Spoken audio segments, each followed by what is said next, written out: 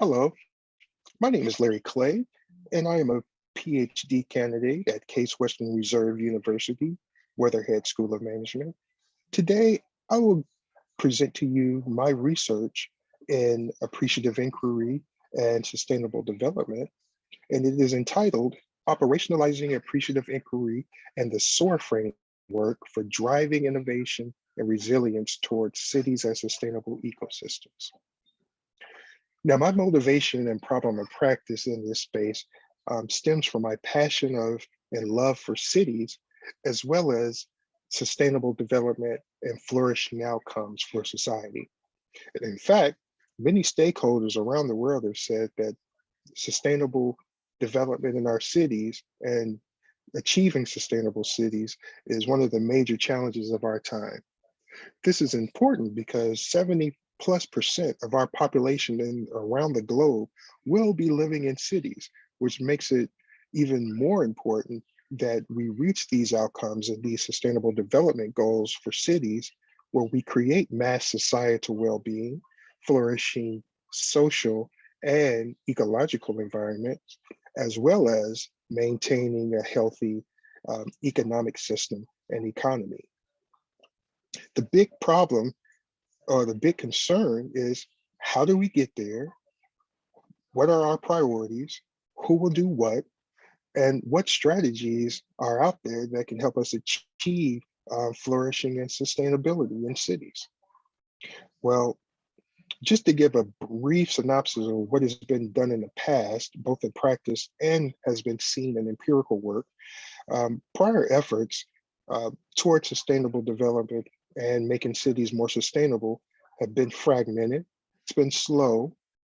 We've seen incremental changes, but overall, particularly as we look at US cities, uh, we're in a state of business as usual as it relates to our not only our production side of our economy, but also on our demand side of our economy, where society and business um, are aren't quite on the level of true understanding and implementation of sustainable practices. But what's out there over the past few years, there have been this new management approach, particularly appreciative inquiry, where the features of this type of approach is positive in nature, but also that it generates new ideas, which generates new capabilities and new products and innovation. So my research question was, well, how can we operationalize and measure attributes of appreciative inquiry in this SOAR framework that can lead to greater innovative capacity and resilience, which also influences the transformation towards sustainable cities and sustainable city ecosystems? Well, it's no secret that based on the theoretical work that has been done in the past, sustainable innovation is this key to the transformation towards flourishing and sustainable, which builds on innovative capacities in our innovation ecosystems that are nested within our city ecosystems. There's also this element of resilience that helps a city maintain its vitality, which, as a metaphor, uh, creates this flourishing or sustainable vitality once it's built. It is the adaptive responsive capacity of a city ecosystem through the human interactions and human transactions that happen and occur. Now, how do we approach it is very interesting, because there's this new form or relatively new form of management called macromanagement, which approaches organizational system change from a different method. It's neither a top-down hierarchical approach, but it's not a bottom-up force moving to make change or grassroots change element.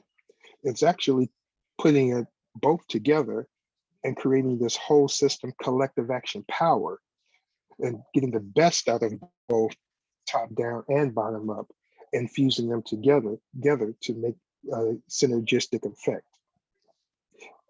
Appreciative inquiry and SOAR, which I'll make a synonym of AI-SOAR, um, is one of these types of macro management approaches, and the construct of our independent variable, which looks at approaching this organizational system change through elements of prospection, which is a positive focus, and future focus element. They look at things as a whole system instead of components of a system, and it's generative, strength-based, and a multi-stakeholder communication and collaboration instrument. Just to give a quick overview of appreciative inquiry, because of time, there is 6 phases of what we call the appreciative inquiry operating system. The SOAR framework stems from strengths, opportunities, aspirations, and results, which is a deviation from our traditional way of thinking and analyzing things, which we use SWOT analysis that focus more on weaknesses and threats to come up with strategies. Instead, there's a positive spin with the SOAR, where we focus on the opportunities and move those opportunities into creating new positive strategies that creates positive results for implementation. And together, appreciative inquiry and SOAR is our construct and the framework that we're working from of our macro management approach that we hypothesize has a positive effect on innovative capacity as well as resilience. But we also hypothesize in our H3 and H4 hypothesis that through appreciative inquiry, innovative capacity and resilience has a mediating effect on each other. For instance, appreciative inquiry mediated by innovative capacity has a positive effect on resilience and vice versa. So we interviewed a sample of 341 city stakeholders in government, business, nonprofit, non-government organizations with a variety of different characteristics, age, and demographics. And based off of their results on appreciative inquiry and innovation and resilience, there was a positive effect based off how they perceive their city development, in that based off these beta weights, there is a positive effect of appreciative inquiry on innovative capacity as well as resilience, and it's significant, indicated by the star. But what's even more interesting is that appreciative inquiry and SOAR, mediated by innovation capacity, had a positive effect on resilience, and vice versa. AI-SOAR, through resilience, mediated through resilience, had a positive effect on innovative capacity. So this dynamic between innovative capacity and resilience is what we, as well as Dale 2010, indicates as the flourishing ecosystem vitality. This interaction here represents that vitality that helps us achieve sustainable cities and a sustainable city vitality.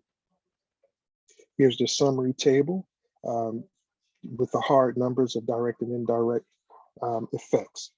So in conclusion, this scale development of AI-SOAR on innovation and resilience is an effective and useful measurement instrument for operationalizing system change and developmental transformation.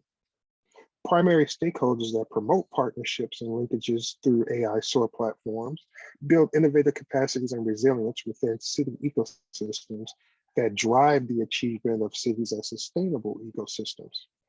The double mediating effect from AI-SOAR to innovative capacity and resilience were supported and significant, but what this shows is that this develops and maintains the city ecosystem as a sustainable and flourishing vitality. So any questions I'll take at the end of our presentation? Thank you.